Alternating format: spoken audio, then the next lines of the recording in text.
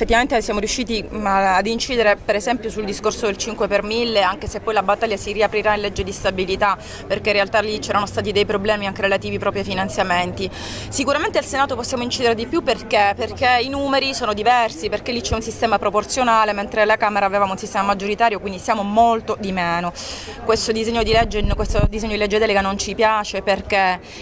discrimina, iniquo, perché prende una parte di docenti e non ne prende un'altra, perché dà un superpotere ai presidi che quindi potranno comodamente decidere quali docenti chiamare, la famosa chiamata diretta, perché continua a dare risorse alle scuole paritarie private. Vedete, noi ci criticano perché dite ma voi ce l'avete con le scuole paritarie, ma noi diciamo abbiamo una scuola pubblica, abbiamo un servizio pubblico che è l'istruzione, bene, diamo le risorse al servizio pubblico. Quando abbiamo un buon servizio pubblico, vi ricordo che noi abbiamo un tasso di dispersione scolastica del 17% contro il 10% della media europea, allora a quel punto diamo i soldi anche alle scuole private. Noi non saremmo favorevoli, ma potremmo anche fare questo tipo di discorso, ma non che mi depauperi la scuola pubblica e quella privata invece la faciliti. Quindi il problema delle classi pollaio, che era un altro problema enorme, non viene risolto, manca la continuità didattica, non